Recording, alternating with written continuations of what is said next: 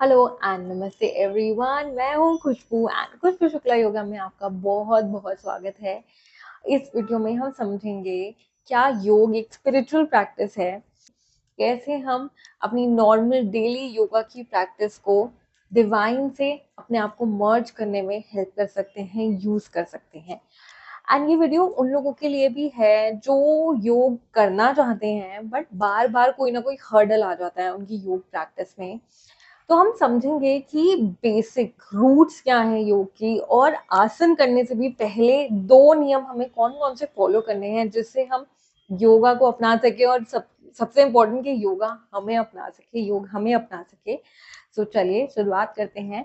सबसे पहले हम समझेंगे डेफिनेशन क्या है अष्टांग योग की। अष्टांग योग जो शब्द है ये बनता है अष्ट प्लस अंग, यानी कि 8 लिम्स, 8 पार्ट्स। तो हमने योगा को यहाँ 8 पार्ट्स में डिवाइड किया है। जो सबसे पहला पार्ट है इट इज कॉल्ड यम। यम का मतलब है सोशल डिसिप्लिन, और how you behave around people, and how you are when you are surrounded with people, and how you deal with other people. यम को भी हमने विद इन 5 पार्ट्स में divide किया है। आगे यम के भी 5 पार्ट्स हैं जिसमें से पहला पार्ट है सत्य, यानी कि truth, that you are always truthful to others. अब इसको हम अगर मॉडर्न टर्म्स में, प्रैक्टिकलिटी के टर्म्स में समझें, yes it is important to be truthful but it is important that you do not hurt people while being truthful. So जहाँ जहाँ आप सच बोल सकते हैं सच का पालन कीजिए। कभी कभार छोटे मोटे झूठ बोलने पड़ते हैं, बट अगर किसी को नुकसान नहीं हो रहा है तो आप छोटे मोटे झूठ से काम चला सकते हैं, बट मेक श्योर आप करप्शन ना करें। You are not saying lies to take benefit from others. आप दूसरों का फायदा उठाने के लिए झूठ बिल्कुल भी ना बोलें। This is against the practice of yoga. Second is asteya, the discipline of non stealing, कि आपको कहीं से भी कुछ भी चुराना नहीं है। And it is not only about things, कि ये सिर्फ चीजें चुराने की बात नहीं है, ये थॉट्स चुराने की।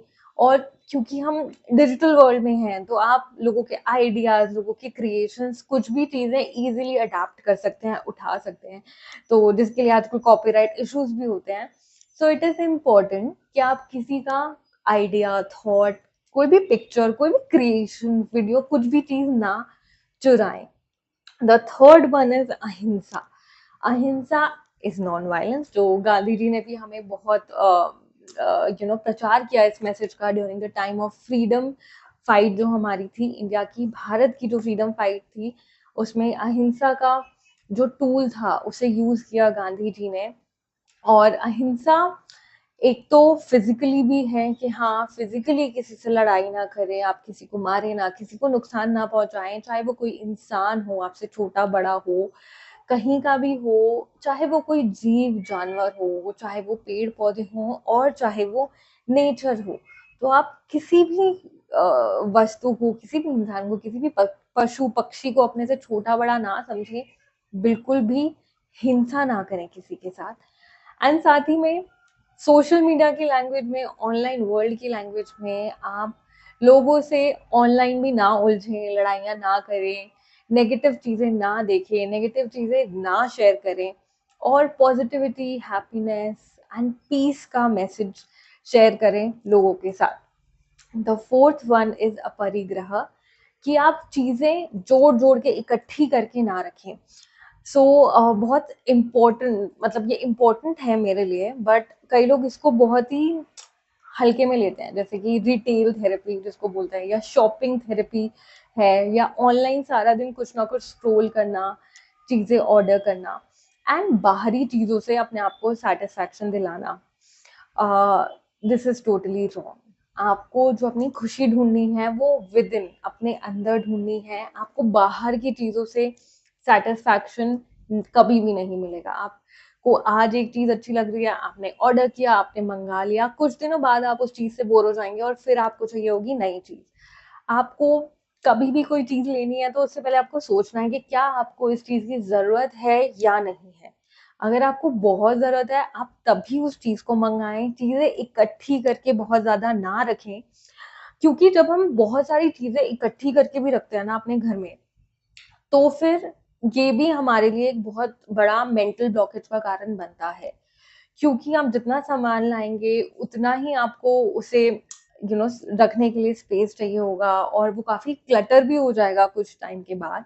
सो इट इज इम्पोर्टेंट कि आप अपने पास सिर्फ उन्हीं चीजों को रखें जिनकी आपको जरूरत है। जरूरत से ज्यादा कोई भी चीज अच्छी नहीं होती है। तो जो अपरिग्रह है वो यही है, यही डिसिप्लिन है कि आप जरूरत से ज्यादा चीजें ना इकट्ठी करें। आई एम नॉट सेइंग कि आप को कोई किसी चीज की जरूरत है आप वो भी ना लें, जिस चीज की जरूरत है वो जरूर लें, but not something that you do not need that. और अगर आपको कोई चीज लेना भी है तो आजकल ये मैंने कहीं देखा था शायद सोशल मीडिया पे ही, that you can test it on your own, that if you really really want something, add it into your cart. आप अपनी कार्ट में Amazon, फ्लिपकार्ट, जहां से भी आप ले रहे हैं आप उसे कार्ट में ऐड करें, वेट फॉर 24 आवर्स, एंड अगर आपको स्टिल लग रहा है 24 घंटे बाद भी कि आपको उस चीज को ऑर्डर करना है तो आप ऑर्डर करें। अगर आपका तब तक वो जो डिजायर है या जो आपको खुशी मिल रही थी उस चीज को ऑर्डर करने से वो अपने आप नीचे आ गई है, then you don't need to order that thing.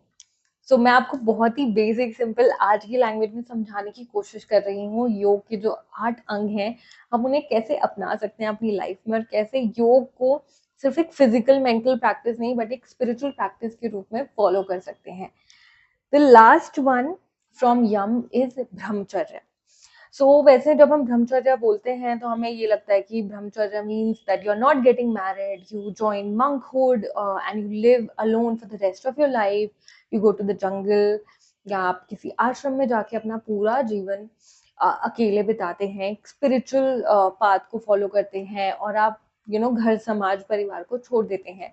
But ऐसा नहीं है। आज की टर्म्स में, आज की सिचुएशन में, you can be a Brahmachari even being in a family.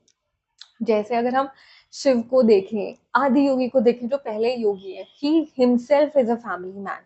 उनकी खुद की फैमिली है, उनकी पत्नी है, उनके बच्चे हैं। योगेश्वर श्री कृष्ण भी एक परिवार का हिस्सा है। और ऐसे ही श्री राम जिन्होंने राजयोग फॉलो किया, वो उनकी भी फैमिली है, उनके भी बच्चे हैं। So, brahmacharya in today's times most importantly means that if you are married, that you are loyal to your husband or your wife. That is the brahmacharya of modern times. कि आप family में रह के you are dedicated to the person that you are married to, and साथ ही में husband and wife दोनों का रिस्पॉन्सिबिलिटी है कि आप एक दूसरे को मोटिवेट करें, इंस्पायर करें to not only follow physical goals, material goals, but also spiritual goals. Help each other grow physically, mentally, emotionally together. So ये थे हमारे 5 यम। अब आते हैं हम नियम पे। नियम है पर्सनल डिसिप्लिन। पहले क्या था? सोशल डिसिप्लिन, अब है पर्सनल डिसिप्लिन। तो पहला जो पर्सनल डिसिप्लिन है वो है शौच, which is the cleanliness of body and mind. I know हमारी जनरेशन में ये बहुत ही वियर ट्रेंड हो गया है कि हमारा सोने का उठने का कोई टाइम नहीं है। हम कभी भी सोते हैं, कभी भी उठते हैं, बिंज वॉच करते हैं, टीवी सीरीज देखते हैं नॉन स्टॉप। पर it is a very good practice जो हम शायद स्कूल टाइम में ज़रूर यूज़ करते थे कि सुबह सुबह उठ के यू गेट फ्रेश एंड आप नहाते हैं, फ्रेश होते हैं, सुबह सुबह उठ के नहाने के बाद ही ब्रेकफास्ट करते हैं। एंड फिजिकल क्लीनलीनेस के साथ मेंटल क्लीनलीनेस भी बहुत जरूरी है कि व्हेन यू टेक शावर, जब आप नहाते हैं, water cleanses your body and it cleanses your aura as well. आपकी एनर्जी को भी क्लीन करता है, you feel energetic after taking a shower. So shorts is extremely important. It's a self discipline, and only you can maintain this discipline at this age when you are 20, 25, 30. कोई आपको force नहीं करेगा कि आपको नहाना है या इसी टाइम नाश्ता करना है या कुछ है। This is up to you कि अगर आप करना चाहते हैं तो आप कीजिए, नहीं करना चाहते तो कोई आपको फोर्स नहीं कर रहा है। नियम का जो सेकंड पार्ट है वो है संतोष, यानी कि contentment. Now a lot of people think that if I am content today how will I grow, कि अगर मैं जो भी आज लाइफ में कर रहा हूँ या कर रही हूँ मैं उससे आज कंटेंट हूँ तो मैं आगे और ज्यादा कैसे करूंगा। But you need to be content in the present moment with your effort, your work, not with the result. ठीक है, हमें जो भी माइंड में काम करना है, हमारा गोल होना चाहिए कि हम अपना काम 100% परफेक्शन के साथ करें, and we should be satisfied at the end of the task. हमें सेटिस्फैक्शन होनी चाहिए कि हमने अपना 100% दिया काम करने में। अब रिजल्ट अच्छा आए, पॉजिटिव आए, नेगेटिव आए, एवरेज आए, it's not in our hands. So हमें कभी भी रिजल्ट को माइंड में रख के कंटेंटमेंट के सेटिस्फैक्शन के बारे में नहीं सोचना है, हमें अपने एफर्ट से सेटिस्फाई होना चाहिए। At the end of the night you should sleep with this thought in your mind कि I gave my best today and tomorrow when I wake up I am again going to give my 200%। मैं अपना और भी ज्यादा best देने की कोशिश करूंगा या करूंगी। द थर्ड वन इज तप। तप इज इंड्योरेंस, कि आपके अंदर इंड्योरेंस एंड पेशेंस ऑल्सो, कि आप एक ही चीज को परफेक्शन के साथ कितने टाइम तक करते जाओ करते जाओ करते जाओ और आप उससे बोर ना हो। You know, life teaches us lessons by making us repeat things. जैसे बचपन में होता था, हम कोई भी चीज याद करते थे, हमें बार बार बोला जाता था कि आप लिख लिख के याद करो, कि आप एक ही चीज को जब बार बार लिखते हो तो आप उसे जल्दी समझते हो, जल्दी सीखते हो। और जैसे जैसे हम बड़े होते हैं हम भूल जाते हैं, हमें लगता है कि हाँ किसी ने कोई एक चीज हमें बता दी है and we are through with it, we don't want to repeat it any more. But तब is basically doing the same thing again and again and again until unless you get perfect in it. And ये आपके normal काम से related हो सकता है, आपके study से रिलेटेड हो सकता है, या फिर आपके योग प्रैक्टिस से रिलेटेड भी हो सकता है, मेडिटेशन से रिलेटेड भी हो सकता है। कई बार जब हम ब्रीदिंग प्रैक्टिस करते हैं, प्राणायाम करते हैं, हमें लगता है कि बहुत बोरिंग है, बहुत स्लो प्रोसेस है, कोई प्रोग्रेस ही नहीं दिख रही है, या हम मेडिटेशन कर रहे हैं तो हमें तो कुछ एक्सपीरियंस ही नहीं हो रहा है, फील ही नहीं हो रहा है, but it takes time. You need to be patient and you need to be consistent with it. So tap was the third part. The fourth part is self practice. As I told you earlier कि योग की जो पूरी practice है वो self practice ही है। Yoga teacher आपको guide कर सकते हैं, आपको पाथ दिखा सकते हैं, but until and unless you are not open, you are not receptive, you are not practicing on your own, आपको कोई बेनिफिट नहीं होगा। पर self practice is extremely important. जो भी चीज आप सीख रहे हैं थ्रू यूट्यूब वीडियोस या through a teacher, you have to apply them in your life. The last one, the fifth one is ईश्वर परिधान, surrendering to God, doing anything and everything and just surrendering it to God. यानी कि जब आप अपने योग की भी प्रैक्टिस कर रहे हो या कोई भी आप काम कर रहे हो, कर्म कर रहे हो, आप फल की चिंता नहीं रख रहे हो अपने दिमाग में कि मुझे कल इससे क्या मिलेगा।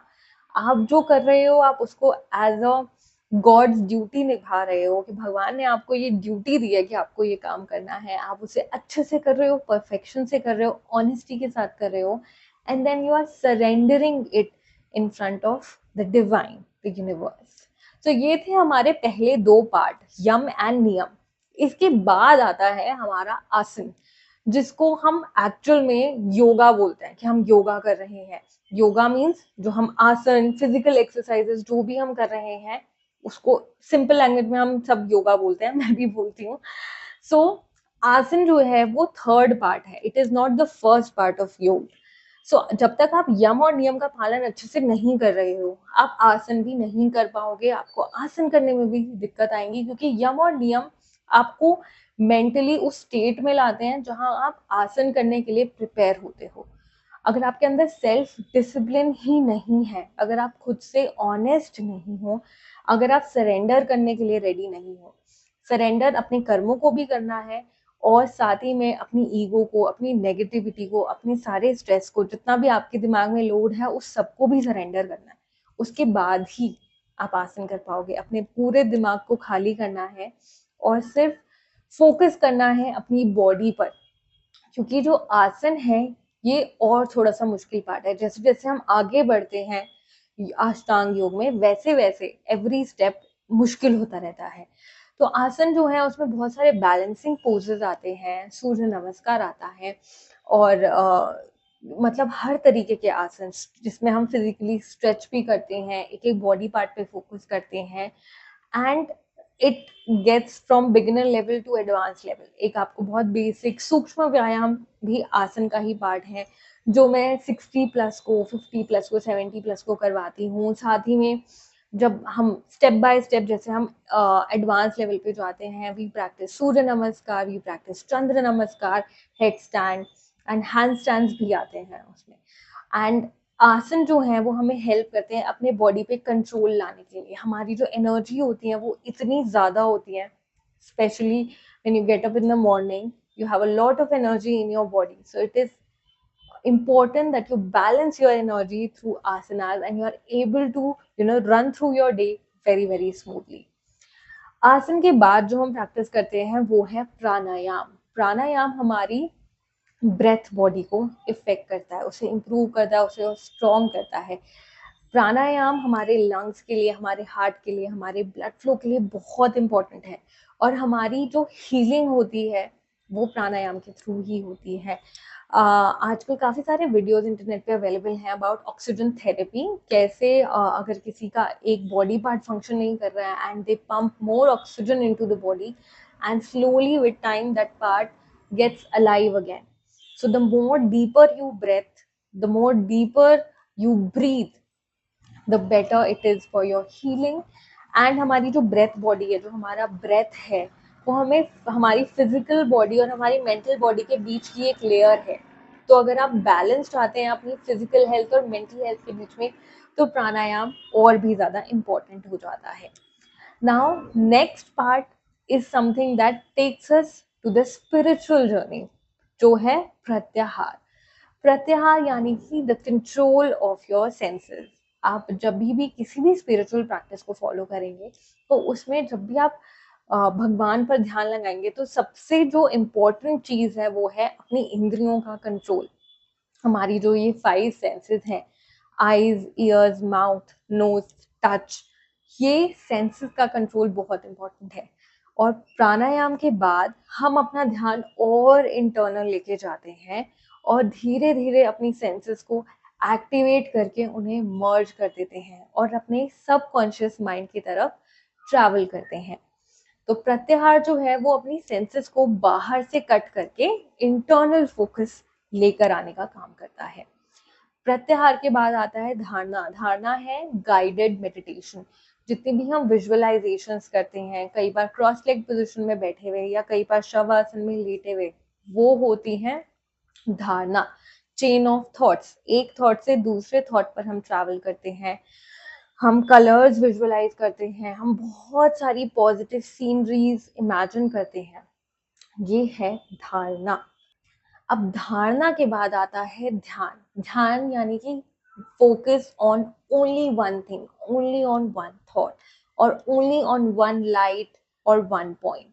हम अपना ध्यान केंद्रित करते हैं. जो अभी हमने अपना फोकस अंदर लेके आए, हमने बहुत सारी चीजें विजुअलाइज करी, अब एंड में हम एक ऐसी चीज पर पहुंचते हैं जहां पर हमें एक तक फोकस लगाना होता है, चाहे वो आपकी थर्ड आई हो या कोई भी रोशनी हो, लाइट हो या कोई भी एक विजुअल हो.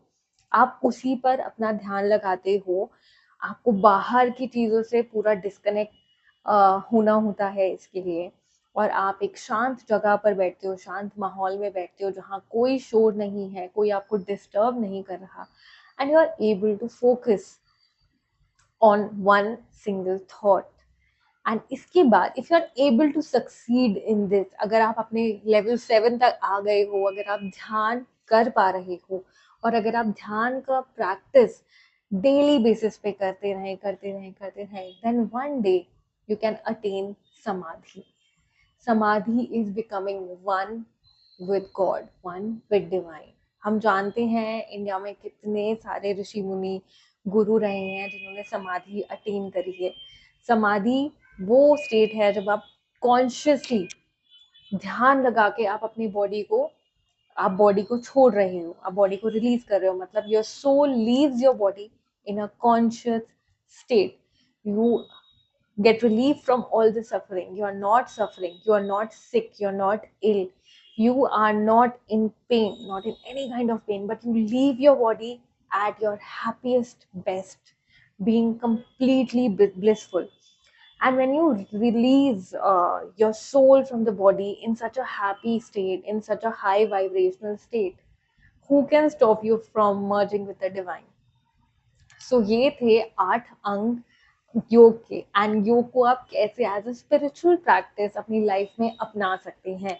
ये कहने में सुनने में जितना आसान है, एक्चुअल में प्रैक्टिस करने में उतना आसान नहीं है, लेकिन उतना मुश्किल भी नहीं है। जहाँ चाहा वहाँ रहा। अगर आप चाहें तो आप कुछ भी हासिल कर सकते हैं। एंड योग के फिजिकल, मेंटल, इमोशनल बेनिफिट्स तो हैं ही, बट आई होप इससे आपको पता चला होगा कि स्पिरिचुअल बेनिफिट्स भी कितने सारे हैं। और मैं आपसे रिक्वेस्ट करूंगी कि अगर आप अपनी योग जर्नी शुरू करना चाहते हैं तो यम और नियम से डेफिनेटली शुरुआत करें। और अगर ये वीडियो आपको अच्छा लगा तो इसे आगे ज़रूर शेयर करें, योग की नॉलेज को अपने फ्रेंड्स, फैमिली तक पहुंचाएं। आप चैनल पे नए हैं तो चैनल को सब्सक्राइब करें। और आपको मेरी डिटेल्स मिल जाएंगी डिस्क्रिप्शन सेक्शन में। अगर आपको अपनी योगा जर्नी शुरू करनी है तो आप मुझे मैसेज, ईमेल या इंस्टाग्राम पे एक पिंग कर सकते हैं। I will definitely get back to you. Thank you so much. I will see you in the next video.